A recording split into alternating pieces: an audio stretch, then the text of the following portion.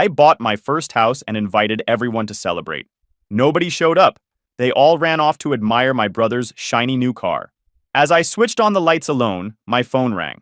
It was Mom. We need to talk about the house. The karma that followed was beautiful. Throwaway for obvious reasons. This is long, but stick with me. The ending is worth it. I 29 male, and this happened over the past year. Need some background because family dynamics matter for understanding how insane this got. Growing up, I was always the other brother. My younger brother Connor, 27 male, was everything I wasn't. Tall, athletic, charismatic, the golden child.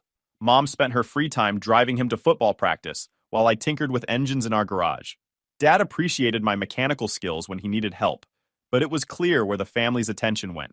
Connor got a partial football scholarship to State University.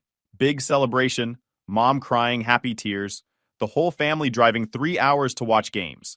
I went to community college for automotive technology because I knew what I wanted and couldn't afford 4 years. Connor lasted until junior year, when he blew out his knee.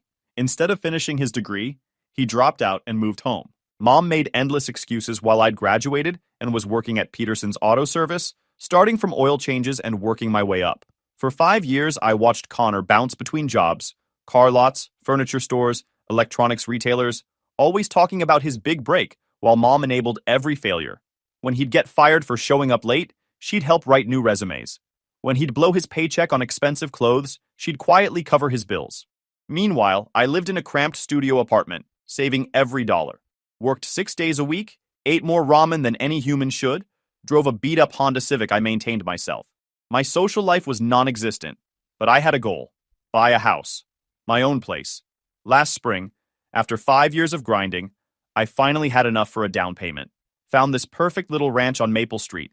3 bedrooms, 2 bathrooms, decent kitchen, and a 2-car garage for a proper workshop. Listed at $185,000, and I could put down $37,000. The day I closed was the best day of my life.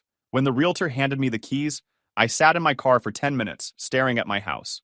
No more thin walls, no more landlords, no more feeling temporary. This was mine. I'd earned it through 5 years of sacrifice. I spent that Thursday evening walking through empty rooms, planning everything. This bedroom would be my office, this one a guest room, the garage my workshop. I felt incredible pride and accomplishment. All those nights eating ramen while Connor went to restaurants. All those weekends working overtime while he slept until noon. It had all led to this. Friday, I took a personal day cleaning the house top to bottom, even though it was already clean. I wanted everything perfect for Saturday's housewarming party. Nothing elaborate. Snacks, sodas, maybe order pizzas. I even splurged on a sheet cake. Congratulations, Jake, in blue frosting. I was genuinely excited like childhood Christmas mornings. Kept imagining Dad walking through nodding approvingly, Mom getting emotional seeing how far her quiet son had come, Connor making good-natured jokes but maybe offering to help move furniture. Friday evening, I sent a text to our family group chat. Housewarming party tomorrow starting at 4 p.m. Can't wait to show everyone the new place. First round of sodas on me. Got back a single thumbs-up emoji from my cousin Derek. That was it. No, can't wait, or so proud, or even what's the address. Just Derek's thumbs up. I figured everyone was busy and would respond later. Went to bed practically bouncing with anticipation. Saturday arrived with perfect weather. Sunny, light breeze, the kind of day that makes you grateful to be alive. Up by 7 without an alarm, too excited to sleep. Spent the morning arranging borrowed folding chairs, setting up my playlist, making sure everything was perfect. Around noon, I arranged pizza delivery for 5 o'clock. 1 pepperoni, 1 supreme. Bought ice, paper plates, even congratulations themed napkins. By 3:30, everything was ready. Music playing softly, snacks on the counter, sodas cooling in ice. The house smelled like vanilla candles, afternoon sunlight streaming through windows. 4 o'clock came and went. No cars except mine. 4:30. Still nothing. I started checking my phone constantly, wondering about traffic or missed messages. 5 o'clock arrived with complete silence. The pizza delivery guy showed up right on schedule, looking confused seeing just me. I paid him, tipped well from embarrassment, and carried 2 large pizzas into my empty house. Instagram first. There was my entire extended family. Mom, Dad, Connor, both sets of grandparents, aunts, uncles, cousins I hadn't seen in months, all gathered in Connor's apartment complex parking lot. They were surrounding this brand new Dodge Challenger RT, bright orange with black racing stripes, and one of those enormous red bows tied to the hood like something from a car commercial. Connor stood in the center of it all, wearing a new leather jacket I'd never seen before, arms crossed and grinning like he'd just won the lottery. Mom had her arm around his waist, practically glowing with pride. Dad was examining the engine under the raised hood. Even my usually reserved grandmother was smiling wider than I'd seen in years. Mom's caption read, "So incredibly proud of our Connor. Dreams really do come true when you never give up and keep believing in yourself. This is just the beginning." The comments were exactly what you'd expect. "Gorgeous car, Connor. You deserve this. Way to go, champ. Success looks good on you. Mama raised him right. So happy for your family." That's what happens when you work hard and stay positive. I scrolled through dozens of similar comments, each one feeling like a small punch to the gut. The timestamp showed they'd been celebrating for over an hour, 15 minutes from my house. All of them. And not one single person had thought to stop by, even briefly, to see the house I'd worked 5 years to buy. I set my phone down and looked around my empty living room, the cake sitting untouched on the kitchen table, its cheerful blue frosting suddenly seeming pathetic. The borrowed chairs arranged in a circle where no one would ever sit. The unopened sodas that would probably sit in my refrigerator for weeks. The pizza boxes sat on my counter, filling the house with the smell of pepperoni and cheese, but I'd completely lost my appetite. I turned off the music and just stood there in the silence, trying to process what had happened. This wasn't just thoughtlessness or bad timing. This was a choice. My entire family had chosen to celebrate Connor's new car instead of my new house. They'd chosen his moment over mine, his achievement over mine, his happiness over mine. I'd always known I came second to Connor in the family hierarchy, but seeing it played out so starkly, so publicly, hit me harder than I'd expected. I walked out to my back deck and sat on the steps, looking at my small backyard with its mature oak tree and the garden area I'd been planning to develop. This house represented 5 years of sacrifice, discipline, and delayed gratification. It represented every weekend I'd stayed home instead of going out, every overtime shift I'd picked up, every small luxury I'd denied myself. It was proof that the quiet, overlooked brother could accomplish something meaningful through sheer determination and hard work. But apparently, none of that mattered compared to Connor's shiny new toy. I sat out there until the sun went down, just thinking about family dynamics and priorities, and what it meant to be valued. When I finally went back inside, the house felt enormous and hollow, like a museum exhibit of my own ambition. Around 8 o'clock, my phone rang with Mom's contact photo, the one from Connor's high school graduation 3 years ago, where she's beaming with pride. Part of me wanted to let it go to voicemail, but another part hoped maybe she was calling to apologize, to explain that they'd lost track of time, but were heading over now with leftover cake and celebration energy. "Jake," she said, the moment I answered. No greeting or acknowledgement of the housewarming I'd invited them to just 4 hours earlier. Her voice had this strange tone, excited but trying to sound casual, like she was about to ask me to help move furniture or something equally mundane. "We need to discuss Connor using the house." I literally thought I'd misheard her. "What?" "For work," she continued, as if this made perfect sense. "His new position is on the north side of town, and the commute from his apartment complex is going to be murder with rush hour traffic. It would make so much more practical sense if he could stay at your place during the work week." I'm standing in my kitchen, still surrounded by untouched party food, trying to process what she'd just said. My mother, who'd spent the afternoon celebrating Connor's car instead of my house, was now suggesting that Connor should live in that house. "Mom, this is my house." "Of course it is, and we're all so proud of you," she replied quickly, like checking off a box on her mental list. "But you have to think practically here. Connor finally landed this amazing opportunity at Morrison Luxury Automotive. They sell BMWs, Mercedes, Audis, the works. The commission potential is incredible, but presentation is everything in that business. Morrison Luxury Automotive. I knew that dealership. High-end place that catered to doctors and lawyers, went through salespeople like tissues because they hired anyone willing to work straight commission. Most people washed out within 3 months when they realized how difficult it was to build a client base from scratch. "This would just be temporary," she pressed on, "until he can afford to get his own place closer to the job. You've got those extra bedrooms just sitting there empty anyway. Extra bedrooms just sitting there. Like I'd bought a house to operate some kind of boarding facility for family members who couldn't manage their own finances. He could even contribute to the mortgage payment," she added, though her tone suggested this was more theoretical than actual commitment. I looked around my kitchen, with its clean counters and carefully chosen appliances, trying to imagine Connor's dirty dishes piling up in my sink. Mom, nobody even came to my housewarming today. Oh, honey, Connor's car situation just came together at the last minute. The dealership has these Saturday promotions, and everything happened so quickly.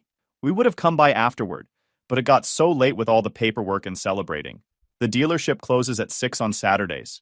It was currently 8:15. This is really a golden opportunity for Connor, she continued without missing a beat. You know how hard it's been for him since the knee injury derailed his college plans. He's finally found something that could be his breakthrough career. Family helps family, Jake. Family helps family.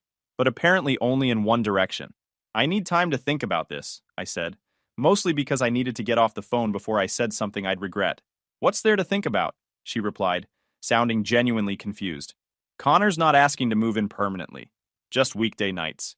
He'll be working such long hours you'll barely even know he's there. After I hung up, I walked through my 3 bedrooms, the ones she'd referred to as just sitting there empty. My house. The house I'd worked 60-hour weeks to afford. The house nobody in my family had bothered to see or celebrate. And they wanted to hand it over to Connor like it was some kind of family resource available for communal use. I made myself a sandwich from the party supplies and sat at my kitchen table, eating in silence while I tried to figure out what exactly had just happened. In the span of one day, I'd gone from excited homeowner throwing a celebration to someone whose family was already planning to redistribute his property to better serve Connor's needs. The next morning brought a wake-up call in the form of 8 new messages in our family group chat. 8 messages about Connor's housing situation, sent while I was sleeping. Mom. Jake, Connor really needs an answer about the house arrangement. His start date is Monday. Dad. Don't overthink this, son. It's the practical solution. Connor. Dude, I already mentioned to my new boss that I might have the commute situation figured out. Don't make me look bad on my first day. Uncle Rick. Help your brother out, Jake. This could be his big break. Grandma Helen. Connor's such a go-getter. You should be supportive. Connor again. It's literally just a place to crash Monday through Thursday. I'll bring my own food and everything. Derek. Come on, man. Just let him stay there. What's the worst that could happen? Aunt Linda. Family sticks together. Don't be stubborn about this. I stared at these messages, realizing that sometime during the night, this had stopped being a request and became an expectation. Connor had already told his boss he had a solution. The family had already decided this was happening. Nobody had asked what I thought about strangers sleeping in my house, using my utilities, occupying my space. They'd simply determined that since I had extra bedrooms, Connor was entitled to one of them. By noon, Mom was calling again. I let it ring through to voicemail, but she left a long message that I played back twice, trying to understand the logic. Jake, sweetheart, I don't know why you're being difficult about this. Connor's under enormous pressure with this new job. The car payment alone is $670 a month, plus insurance, plus gas. He needs our support right now, and you're the only one in a position to provide the specific help he needs. This is what families do for each other when someone gets an opportunity. $670 a month for a car. My entire mortgage payment was $1,240 monthly, and that covered a whole house with property taxes and insurance included. That afternoon, I drove over to my parents' place because this situation was spinning completely out of control, and I needed to address it face to face before it got worse. Connor's Challenger dominated their driveway, sparkling like it had been professionally detailed that morning. I could see him through the living room window, sprawled on the couch in what looked like another new outfit, expensive-looking shirt and pants that probably cost more than I spent on groceries in a month. I knocked on the door, and Mom answered, wearing this bright, expectant smile like she was greeting a guest she'd been eagerly waiting for. Jake. Perfect timing. Come in. We were just working out the logistics. Logistics. Like Connor moving into my house was already a settled matter requiring only scheduling details. I followed her into the living room where Dad sat in his usual recliner reading the newspaper, and Connor lounged on the couch scrolling through his phone. The coffee table was covered with paperwork. What looked like employment documents, insurance forms, and a notebook filled with Mom's handwriting. So, Mom began, settling into her chair with obvious excitement. We've been thinking Connor should take the bedroom closest to the main bathroom. He'll need convenient access for getting ready in the mornings, and that room has the best natural light for laying out his work clothes. I didn't agree to any of this, I interrupted. Connor looked up from his phone with mild annoyance, like I was being unreasonably difficult about something trivial. Dude, what's the problem? I'm not asking for your kidney here, just a place to sleep Monday through Thursday nights. The problem is that it's my house. Mom's smile flickered for just a moment before returning full force. Of course it's your house, honey.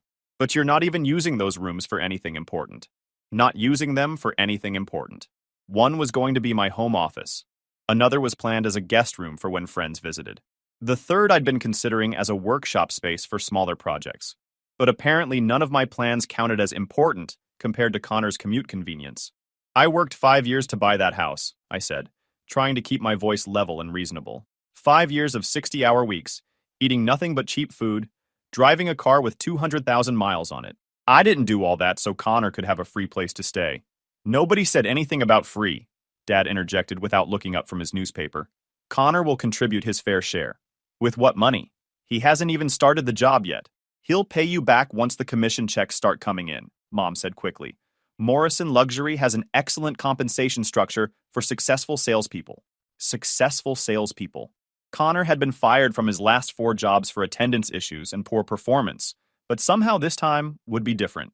Look, Connor said, finally putting his phone down and looking directly at me. I know you worked hard for the house and all that, but let's be realistic here. You're not exactly Mr. Social. You're not throwing parties every weekend or having friends over all the time. Those bedrooms are basically just sitting there empty while I'm struggling with this impossible commute situation. Just sitting there empty. Like I'd purchased a house for the specific purpose of providing free housing to family members who made poor financial decisions. Connor, get your own apartment. His face flushed red with anger or embarrassment. With what money, Jake? First month, last month. Security deposit. That's at least $3,000 up front even for a basic place. Plus, I've got the car payment and insurance and all the clothes I need for this job. Then maybe you shouldn't have bought a car with a $670 payment. The room went completely silent. Dad finally looked up from his newspaper. Mom's mouth fell open slightly. Connor stared at me like I'd just insulted his mother. That car is an investment in my future, Connor said slowly, his voice tight with controlled anger. You can't sell luxury vehicles driving some beat-up economy car. Image matters in high-end sales. Your image matters more than having a place to live? I'll have a place to live. At your house. Which has empty bedrooms that you're not using for anything. The circular logic was making my head hurt. Connor needed expensive car to get job. Expensive car prevented him from affording apartment. Therefore, I should provide free apartment so Connor could afford expensive car to keep job. I'm not doing this, I said, standing up. Mom jumped to her feet as well, her voice becoming sharp and desperate. Jake, sit down. If you keep being stubborn about this, Connor's going to have to find some tiny, expensive apartment way out in the suburbs, which means he'll be exhausted from the long commute, which means he won't perform well at this job, which means this incredible opportunity will be wasted. That's his problem, not mine. Connor stood up too, his face now completely red. You know what, Jake? I always thought when you finally got something good in your life, you'd be happy to share it with family. I guess I was wrong about the kind of person you really are.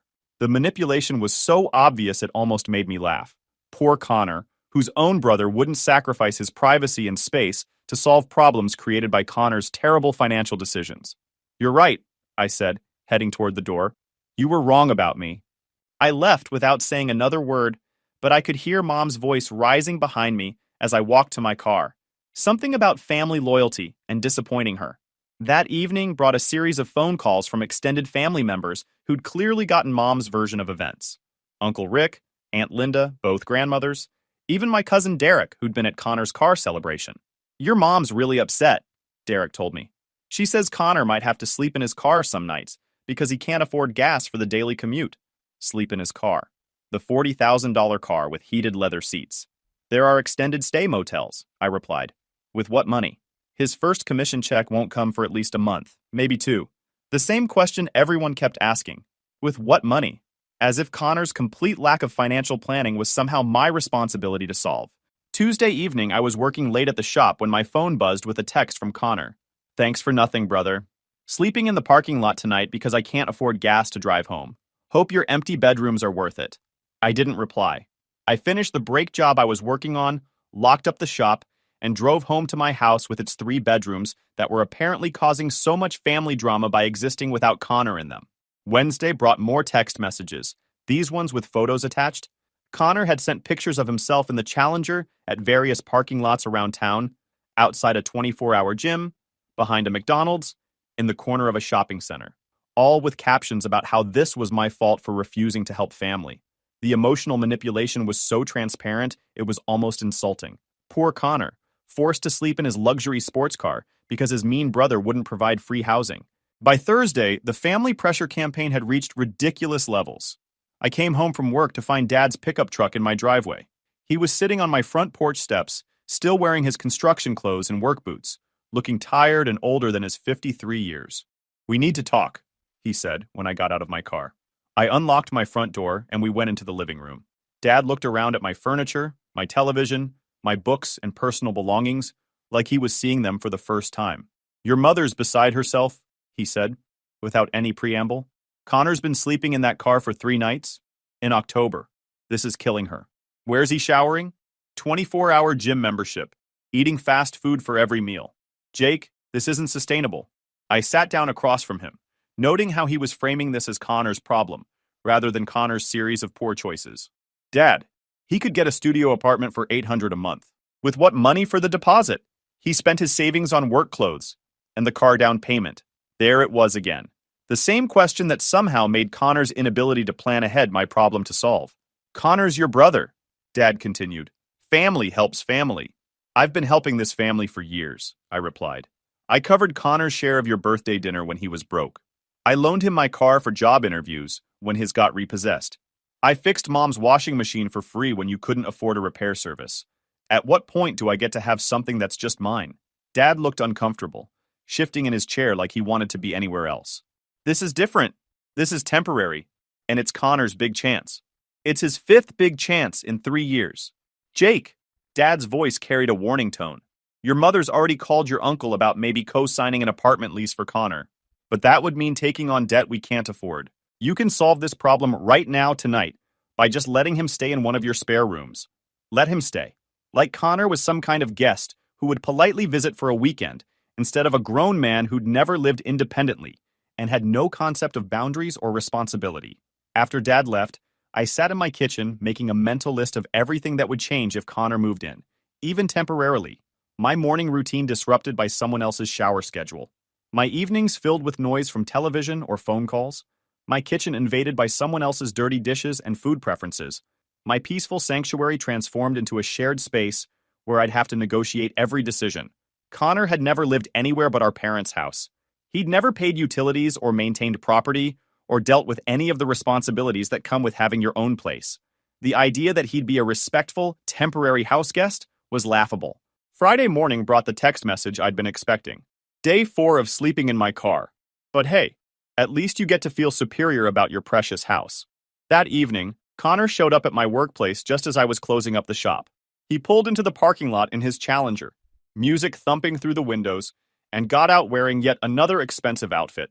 Designer jeans and a polo shirt that probably cost more than my weekly grocery budget.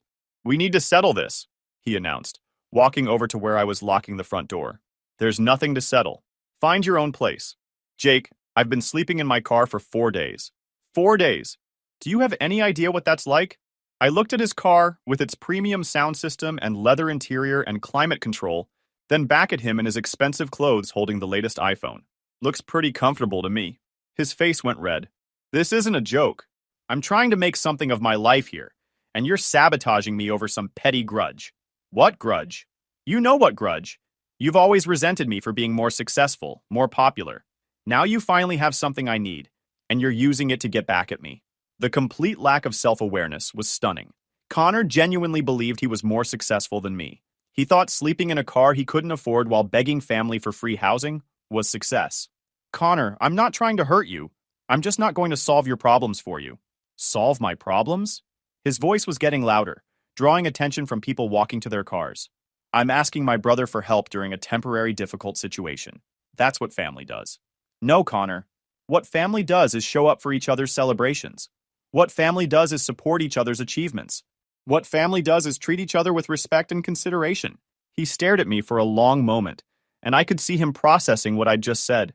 "You're still mad about the housewarming party?" "I'm disappointed that my entire family chose to celebrate your car instead of my house." "Yes. The timing just worked out that way."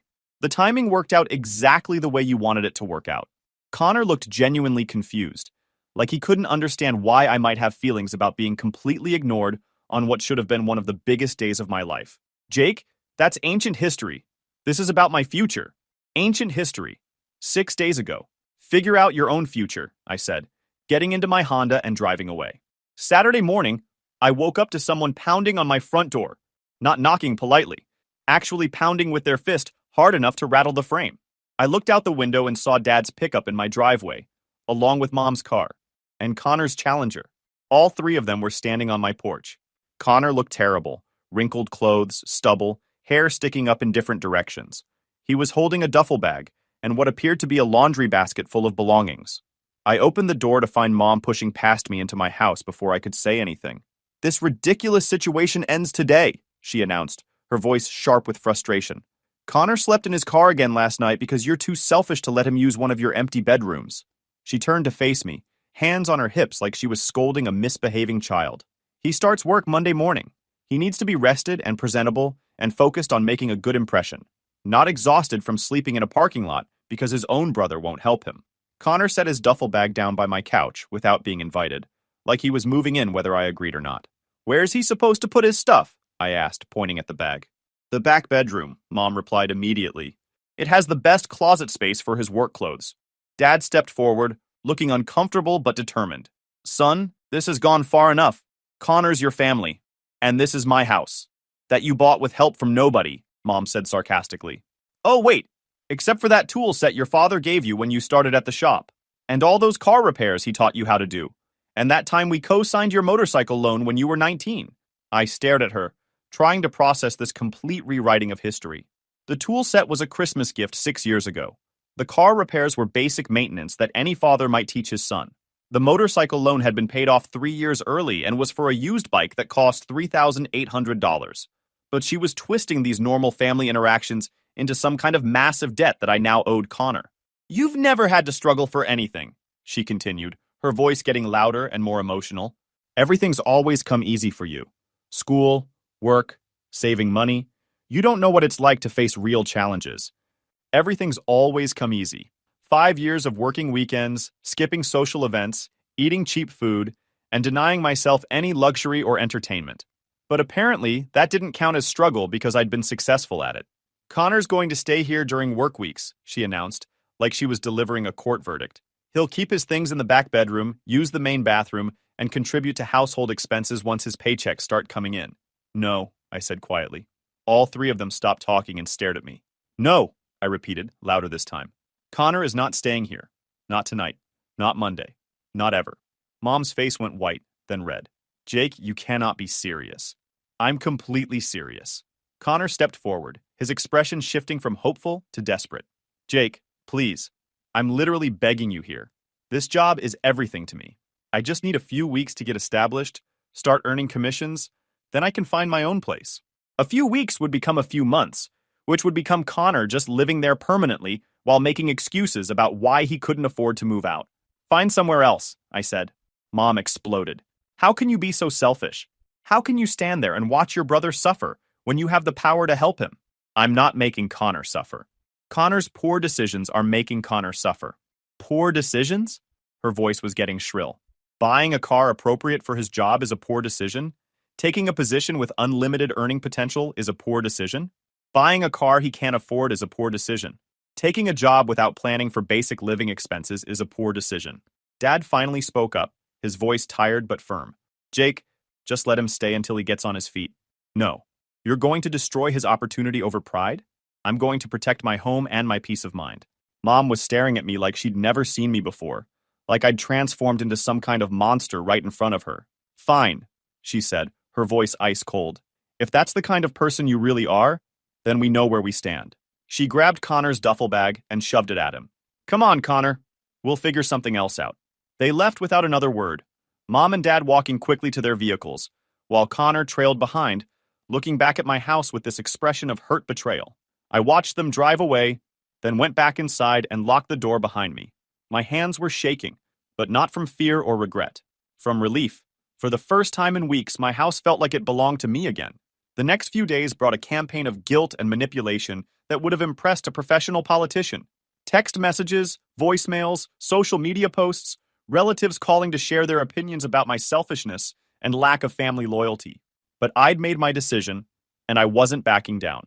2 weeks later, the whole house of cards came crashing down in the most beautiful, karma-driven way possible. I was at work Tuesday morning when my phone started buzzing with notifications. Something big was happening on social media, based on the number of alerts coming through. The first message was from Derek. Did you see Connor's post? I hadn't, but I opened Facebook and found it immediately.